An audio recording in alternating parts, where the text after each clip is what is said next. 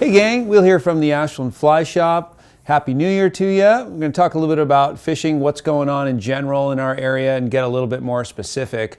This time of year, we get into this kind of mid-January. It's definitely a transition time for us as far as steelhead coming out of summer steelhead going into winter steelhead. That's really the main game, the main talk.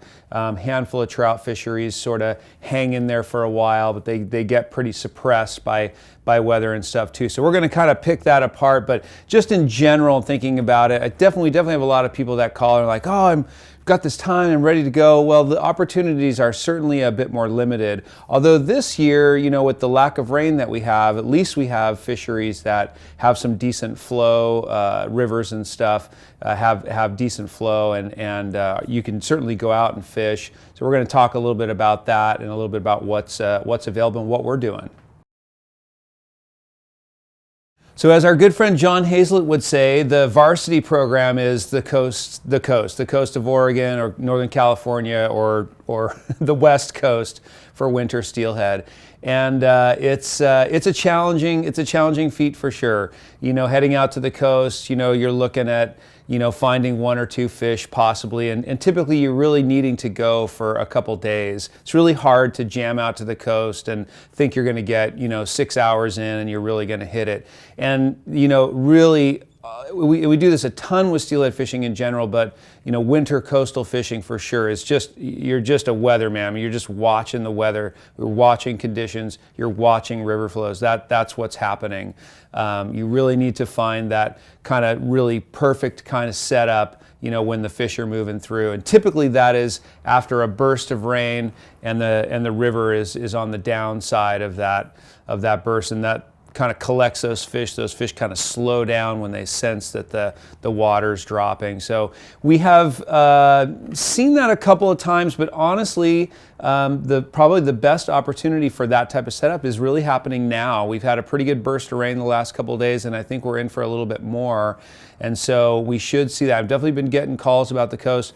The other thing is, like, a lot of these winter steelhead guys are like ninjas, man. They're like taking off, they're going out there, they're fishing, they're finding a fish, and they're back home, and they're not really talking to anyone about it. So we have a handful of folks that we know and guides that we know well, and so we haven't heard a lot of great reports yet, a few fish here and there, but I really think that right now with the low water that we've had, I really think it's just kind of kicking off now.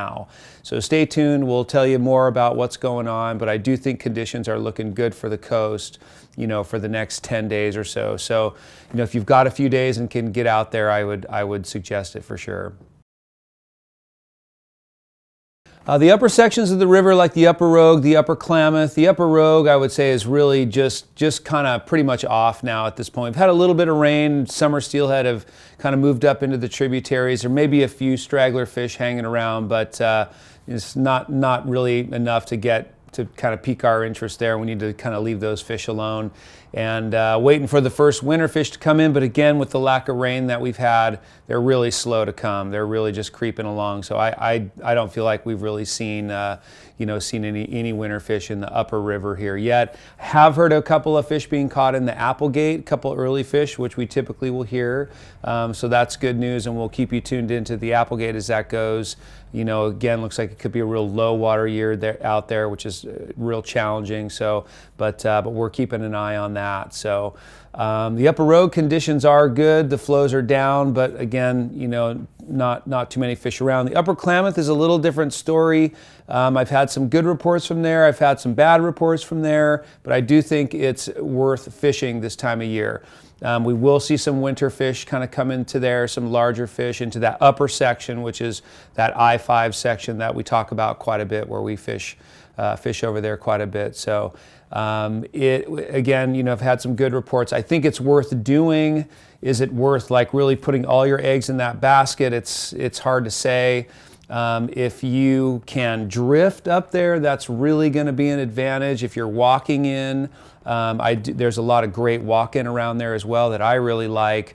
Is it like a 2 or 3 day trip? Hard to say, but still a good bet for this time of year. The flows are good, and it's worth looking at for sure. So that's what we're looking at in those two rivers there. Winter trout fishing, the two closest places that we like to fish, the Holy Water on the Rogue, of course, and the upper river. So that's really low coming out of the dam. I think it's about $1,000 or less. So, so easy getting around on there. The fishing's been pretty slow up there, you know, for the most part. People that we've talked to, it's been pretty quiet. People that are swinging buggers, you know, fishing decent sized bugger, you know, 4 or 6 or something like that, and really poking around are doing the best, or finding the best results. Haven't seen too many of those hatches that we like to see come off. You know, the blue wing olives and things like that. I haven't heard too many days where, you know, there's been good fishing, a little bit here and there, but nothing real consistent. So if you're going to be fishing the Holy Water, you want to be using your micro spays or your single handers with sink tips, and kind of poking around with buggers, and I think that's going to be your best bet there. Another river we love to fish is the Upper Sacramento. I have yet to get down there this year, but it's a real favorite winter fishery of mine.